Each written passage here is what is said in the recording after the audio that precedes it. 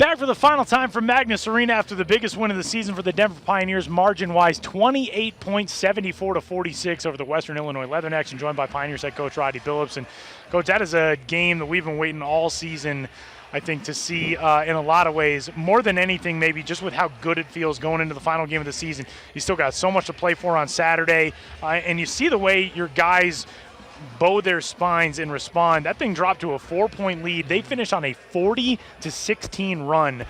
What'd you talk to them about post-game after a game like this?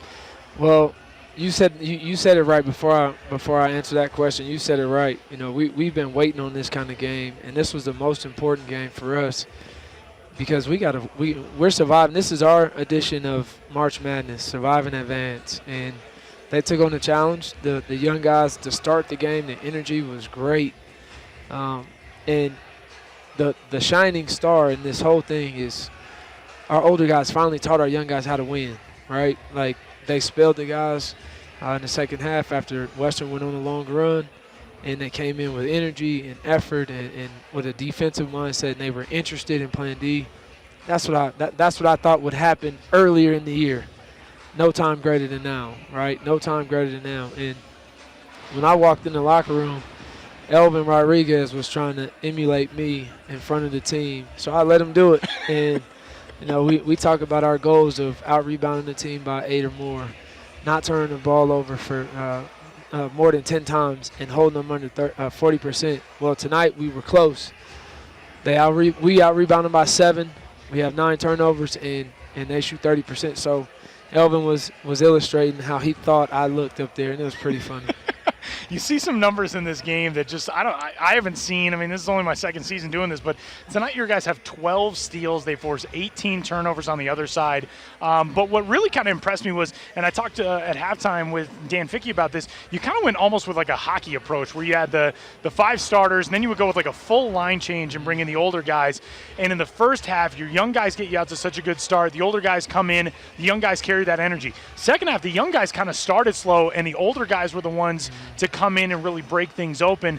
To see those things working in tandem now, and you talked about it with the older guys showing the younger guys how to win, but just the ability to know that now maybe you do have these 2 units that are going to work together going into the final day of the season. What kind of confidence does that give you with where they are? Well, the older guys, they're on the scout team now, right? And they had such a great day yesterday in practice. We really couldn't guard them in practice, our freshmen, our young guys.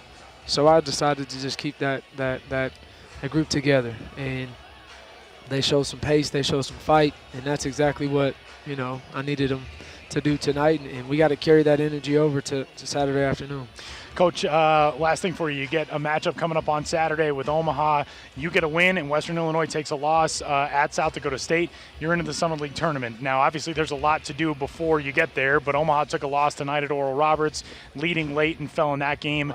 Wow. What do you communicate to your guys now going into Saturday with the urgency of this Survive moment? and advance. Survive and advance.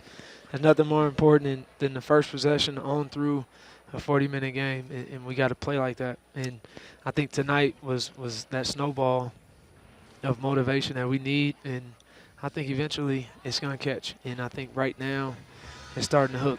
Hey, man, you deserve this one tonight. Let's do this again in a couple weeks in Sioux Absolutely. Falls. Hey, by the way, yes, I appreciate you. Thanks, man. This year was phenomenal. You got better and better and better. And I appreciate everything that you've done for us. Thank you. I appreciate that a ton. For sure. That means the world to me. We'll do it again in a couple weeks. Sure. Sioux Falls Pioneers with a win on Saturday and a Western Illinois loss will advance to the Summit League tournament. Tune in on Saturday. Brad Thompson will be on the call for that one. Denver with an early tip-off. It's a 1 o'clock tip-off, 12:30 Pioneer pregame. We'll get started right here on ESPN Denver 1600. Our biggest thanks to everybody for tuning in tonight. For Jason Brightman back at the studio, my name is Tyler Mon. 74-46, Denver knocks off Western Illinois. I'll talk to you on Saturday from Chapel Hill, North Carolina for Pioneer Lacrosse. 7:30 a.m. Pioneer pregame for that one with an 8 a.m. face-off, and Pioneer basketball will be back on the air coming up on Saturday afternoon at 12:30. Brad Thompson and I will talk to you then. Pioneers knock off the Leathernecks 74-46. Talk to you on Saturday.